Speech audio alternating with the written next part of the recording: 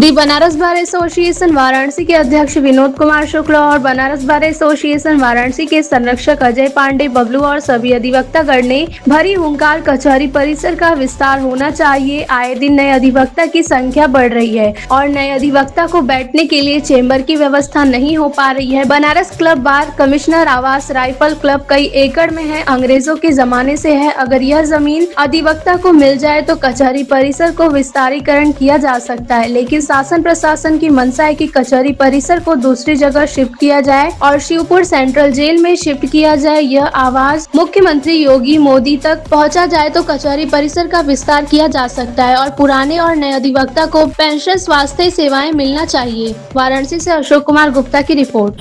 इस कचहरी विस्तारी का अधिवक्ता स्टाइपेंड,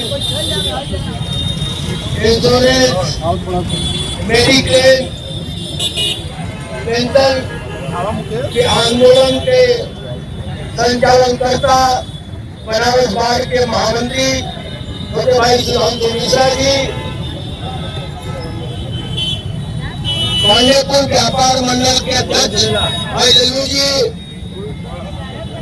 पांडेपुर व्यापार मंडल के महामंत्री हमारे छोटे भाई हम लोगों के पुराने संघर्षों के साथी भाई बबलू चौहान जी और यहाँ पर उपस्थित सभी सम्मानित अधिवक्ता साथियों, काशी के गणमान्य नागरिकगण, हमारी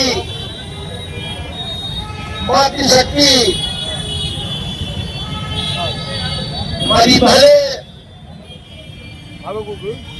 यह कचहरी विस्तारीकरण के आंदोलन के लिए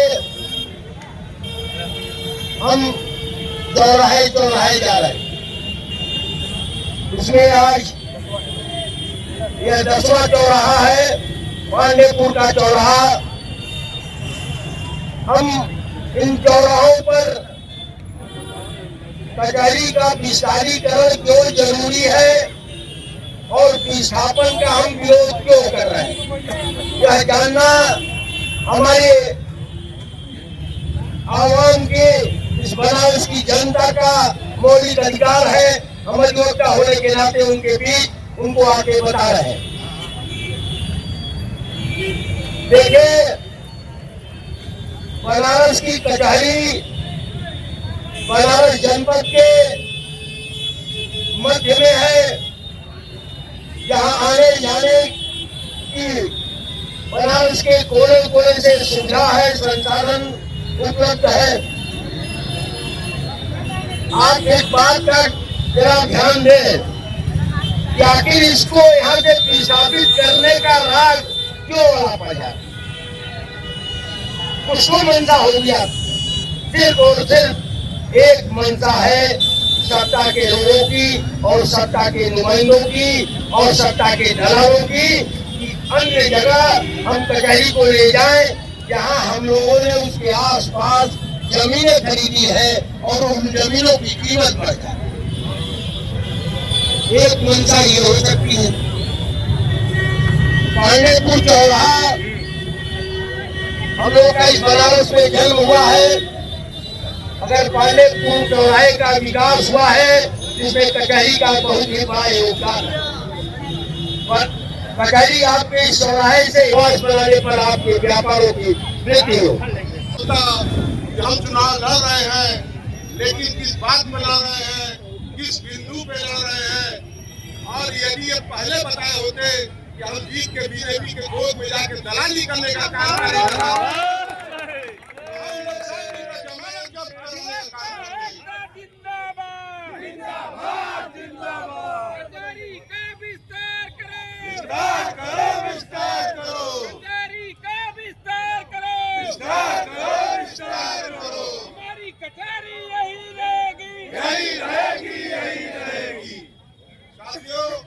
सबसे पहले मैं बता देना चाहता हूँ कि कचहरी प्रांगण में ही बहुत संख्या हम लोग की समस्याओं की ढेर है, लेकिन उसमें न ध्यान दे करके अधिवक्ता भाइयों के लिए बहुत सारी समस्या प्रांगण में ही है।